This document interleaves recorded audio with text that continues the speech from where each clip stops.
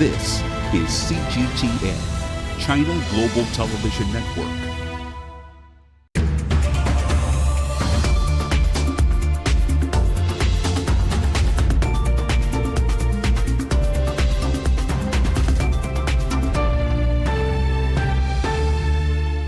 Hello and welcome to Dialogue.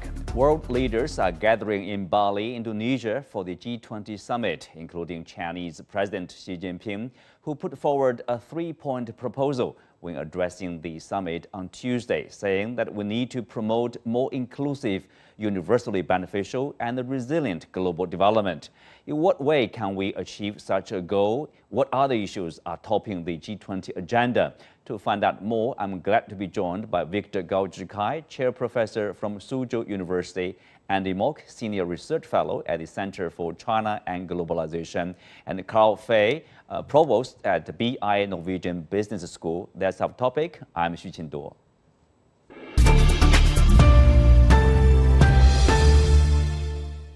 Welcome to the show. Andy, I will start with you. President Xi Jinping talked about the need to promote a type of development that is more inclusive, universally beneficial, and resilient. What do you make of these proposals, these requirements? Well, I think, Qingduo, this is the right message at the right time, at the right forum.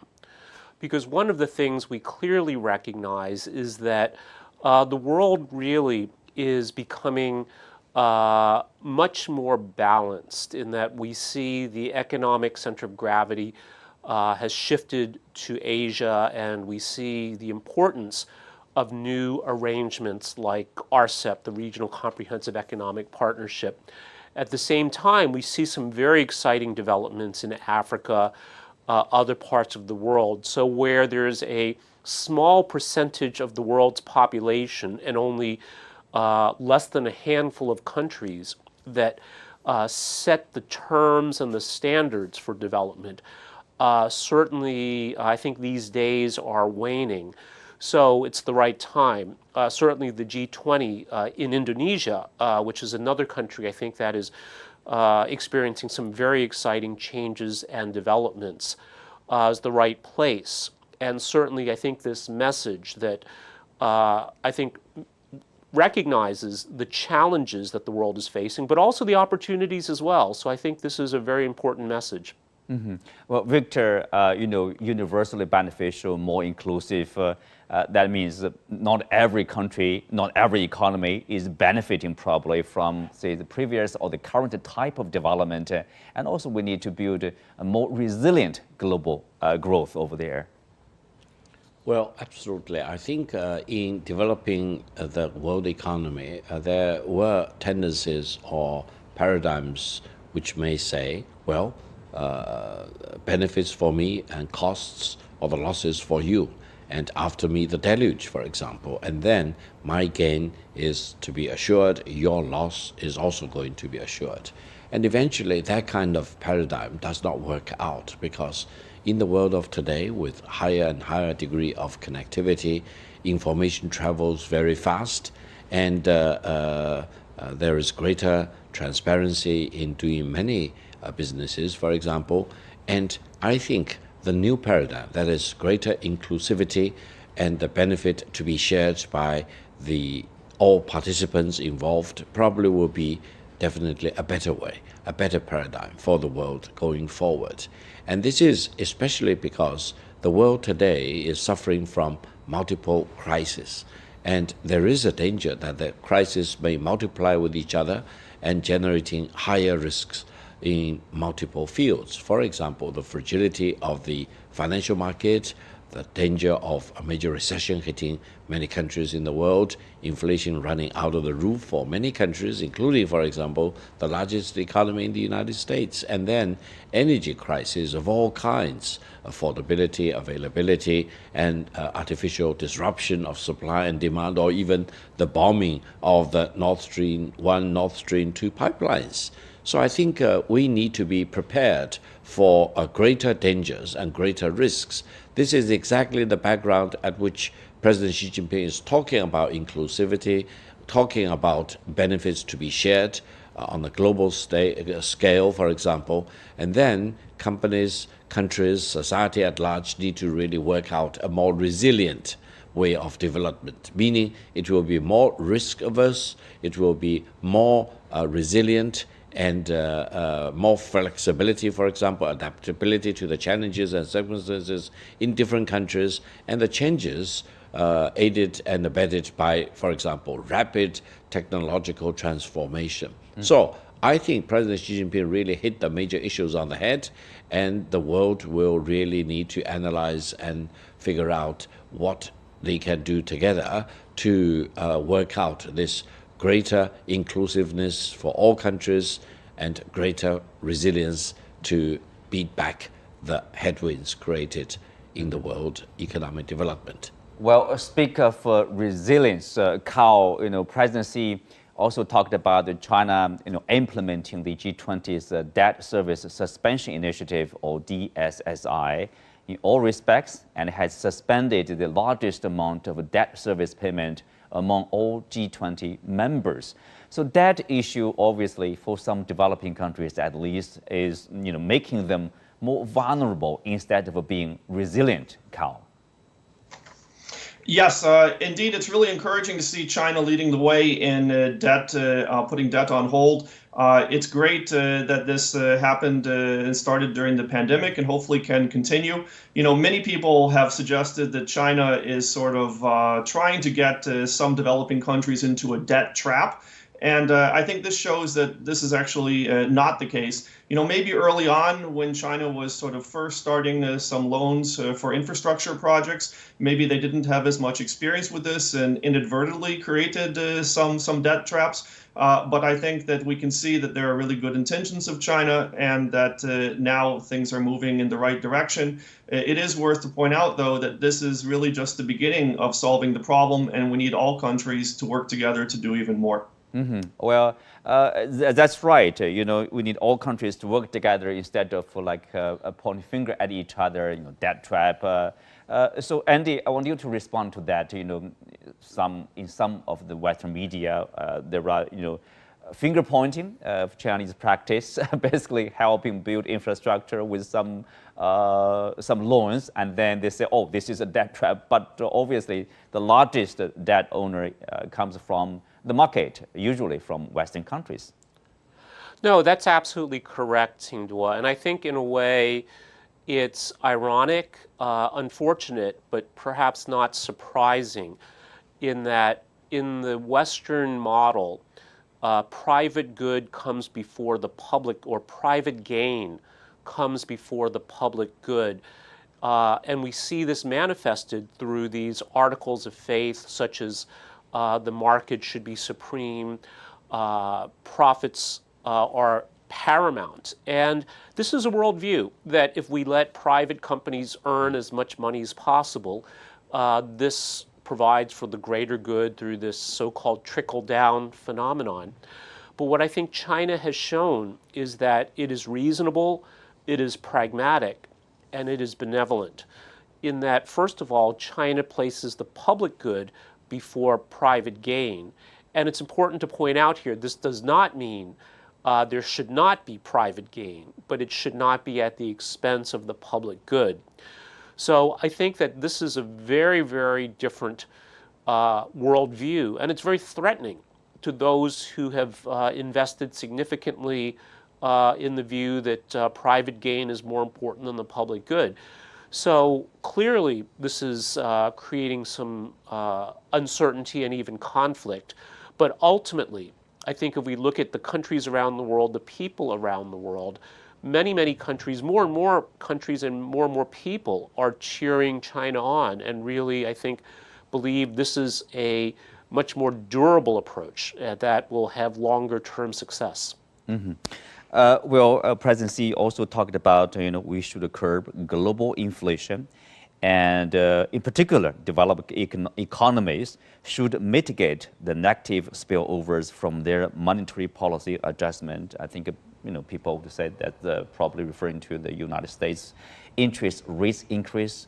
Victor, you talked about multiple crises we are facing But then there's a spillover from the interest rates increase, say from the Fed Reserve, and for some of the vulnerable developing countries, they find it more difficult actually to service the debt or to import necessary foodstuff, for example, from other countries.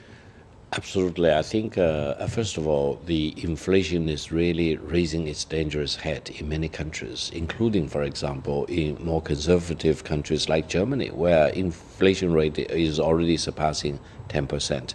In the United Kingdom, again, more than 10%. And it may keep rising up. So it's not only the developing countries, but also developed world. And in many developing countries or emerging markets, for example, inflation is even more of a major threat. In Turkey, for example, inflation is in double digits, for example, 50% or even higher. These are very dangerous numbers. And I think governments of all countries really need to do something very seriously to bring down inflation, because inflation can really inflict major damages to the quality of life of the people as well as the economic foundation and integrity of many countries. In this overall context, the US Fed has been raising interest rate like crazy. It has raised interest rates 4 times in recent period of time, each time with 0.75%.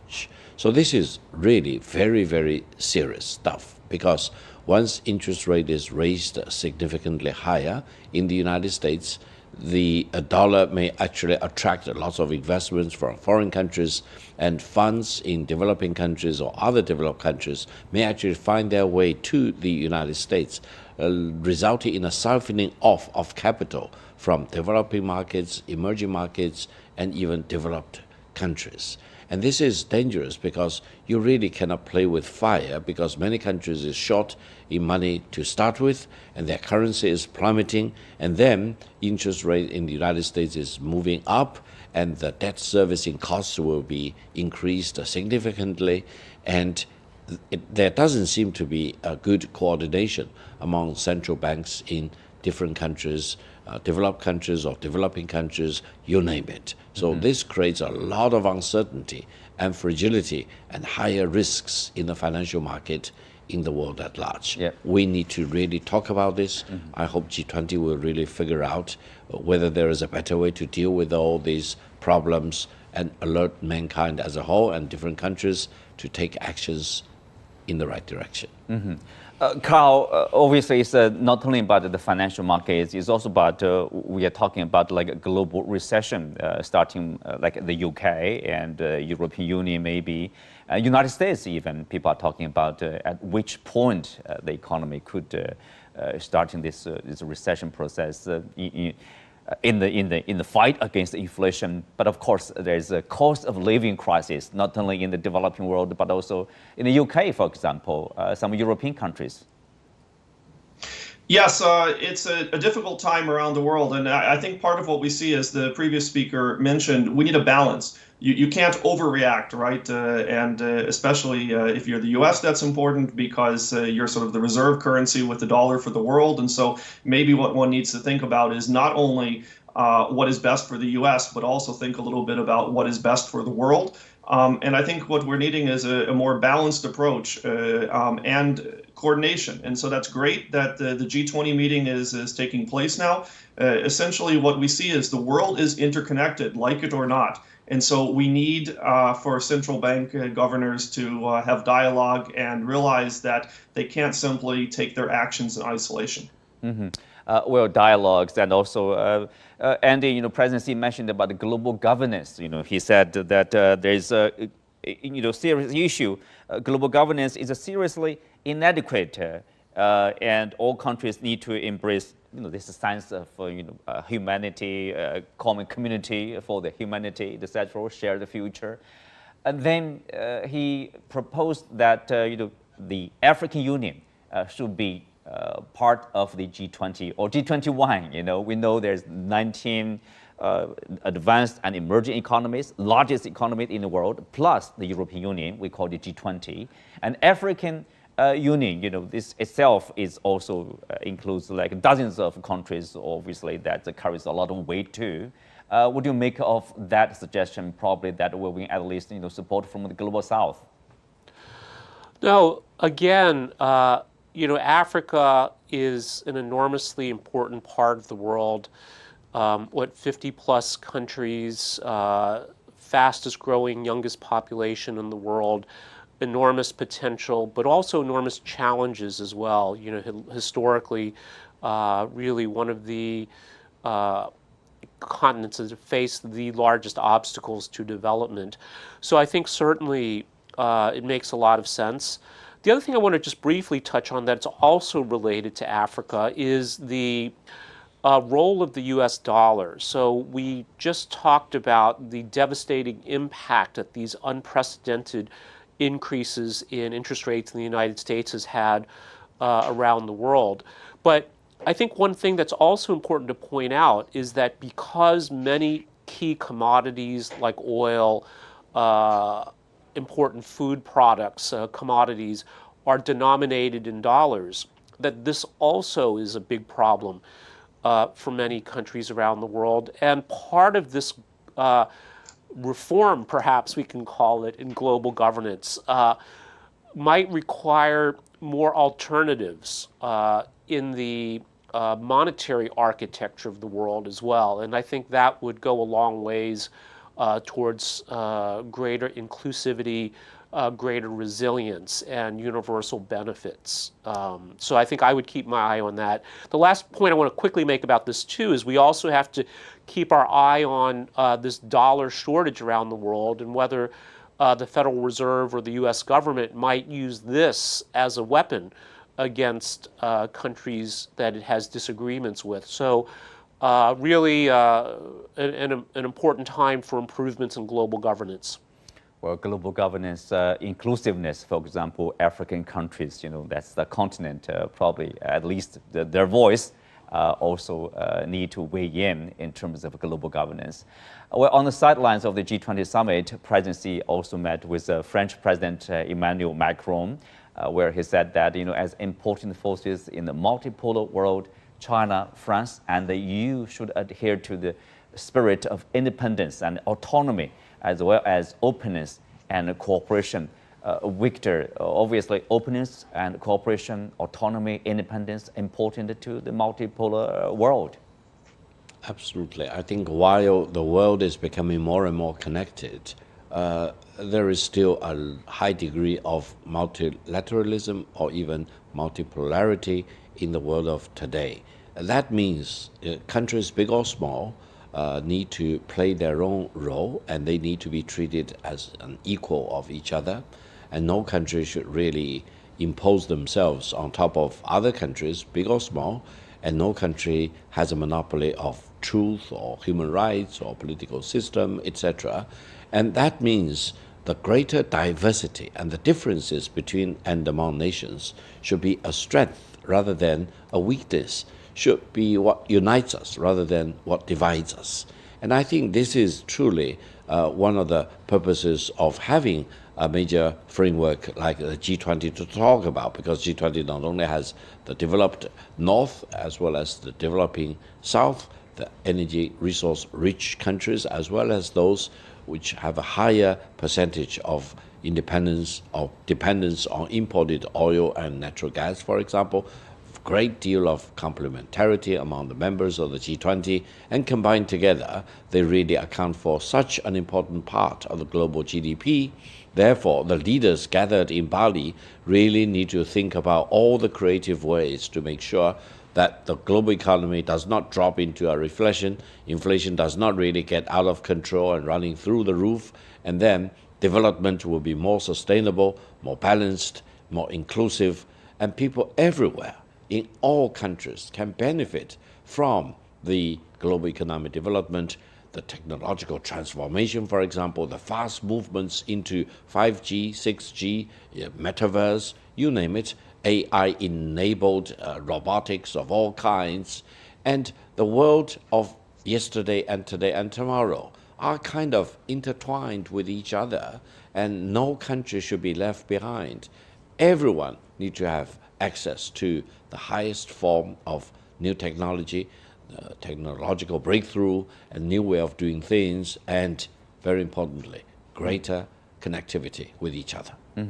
Well, Carl, in the French readout of the meeting, it's written that both presidents expressed their desire to continue to consolidate the strategic partnership between France and China, particularly in the aeronautic, civil nuclear, and agro-food sector. So clearly, in their discussion, the two leaders talked about or touched upon very substantial cooperation, but different in terms of the approach, the European approach to China from that of the U.S.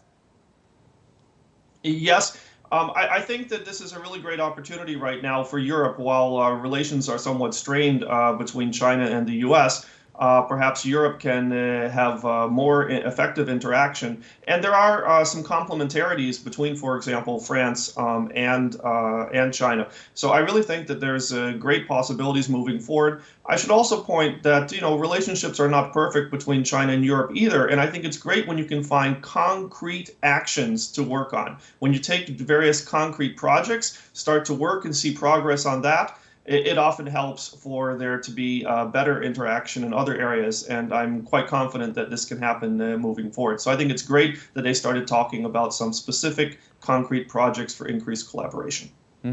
Well, after the meeting, Andy, President Macron tweeted that the world should not be divided.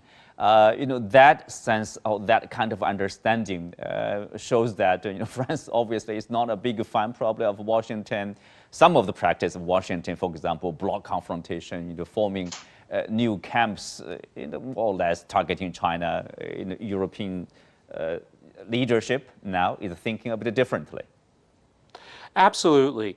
And I believe one of the French president's comments was that France and Europe has always pursued an independent foreign policy. And when we look at this in conjunction with the German Chancellor Scholz's visit to China, and just how many German companies were eager to join this trip, and we look at the tectonic shifts happening in the global geopolitical environment, and especially in Europe, that we are seeing an unraveling of the strategic rationale that really was the basis for post-war Europe.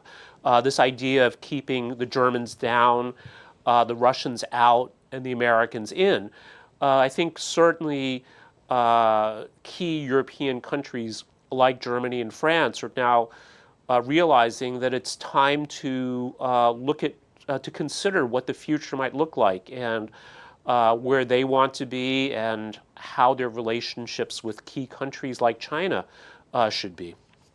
Besides the meetings with, of course, before the G20 summit, that is Joe Biden, U.S. President, and the French President. President Xi also met with other leaders, for example, from South Africa, from, I think, Netherlands, from Australia, Victor. So this is a series of shuttle diplomacy here between President Xi and foreign leaders. That's very important, and for China and also for the world, in particular after this National Congress of the CPC.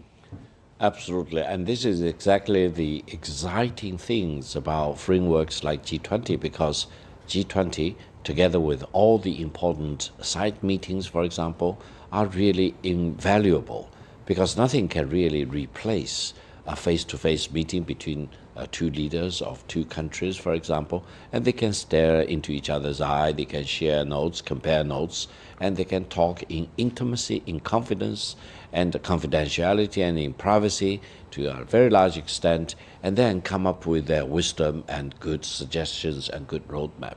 Now, the other thing is that this pandemic has lasted for about 3 years, and it has really been very disruptive. And this is the first time that G20 is holding this on-site meeting, reality meeting, for example, rather than a virtual meeting. A virtual meeting can serve its own purposes, but a virtual meeting really does not generate all the excitement, all the momentum as a real meeting like what we are having now in Bali. And I hope the one-on-one meeting between Chinese President Xi Jinping and with all these very important countries, and you also need to mention Argentina, and the meeting is happening very soon, and Japan may also join in line of all these meetings. It means that China is very much engaged with the other members of the G20. China is very much engaged with the rest of the world, and any attempt by any country to cut off China from the rest of the world is a fantasy which cannot be achieved and will not be achieved for anyone's real benefit. And this G20 is really a kind of major occasion for China to recommit itself to globalization, to connectivity with all the other countries in the world, and really to talk about the Chinese way of solving all these problems with coherence, with sustainability, with eagerness to cooperate with all the other countries, and China opening its door wider and wider to accommodate all the other legitimate interests from anywhere else in the world. We're Andy, picking up on what Victor has mentioned about China with the message of opening further, opening up to the rest of the world, and also the decoupling, basically, effort from the U.S. to decouple partially, if not completely from China, or prevent China's development. This is actually the promise by U.S. President Joe Biden, said that we are not trying to do that. We are not trying to start a new Cold War or decouple from China or prevent China's development. But the thing is that some on the Chinese side have expressed the doubts that about the U.S. credibility, given their practice of saying one thing and doing another. That is probably the challenge for the next step of implementation. No, that certainly is a concern. I think not just for China, but for countries all around the world, that the biggest source of global instability is the political system of the United States. And I think that President Biden's comments and his tone were very reassuring in the meeting with President Xi. But the real question is, how much authority does he have to actually make these things happen? We look at the Pelosi visit to Taiwan, and President Biden appeared powerless to prevent that. We see some very, very destructive anti-China forces in the U.S. Congress. And if the Taiwan Policy Act does reach President Biden's desk, will this be a replay of the Pelosi visit? So whatever the reassuring words, the reassuring tone, there's still a very, very real risk that the China-U.S. relationship could get worse.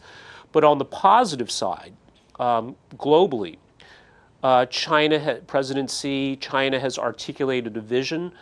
It has policies to realize that vision. And I think what's most important, that it has the vigor, the energy to build the consensus. Again, this string of meetings, not just with President Biden, Macron, the Dutch Prime Minister, the South African President, as you mentioned, really is a remarkable amount of vigor that is building a consensus to really bring this vision into reality.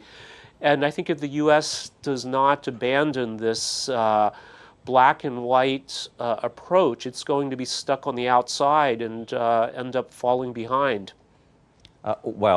China is the largest trading partner of about 140 economies around the world. Obviously, it's mission impossible, let's say, to decouple or try to isolate China from the rest of the world.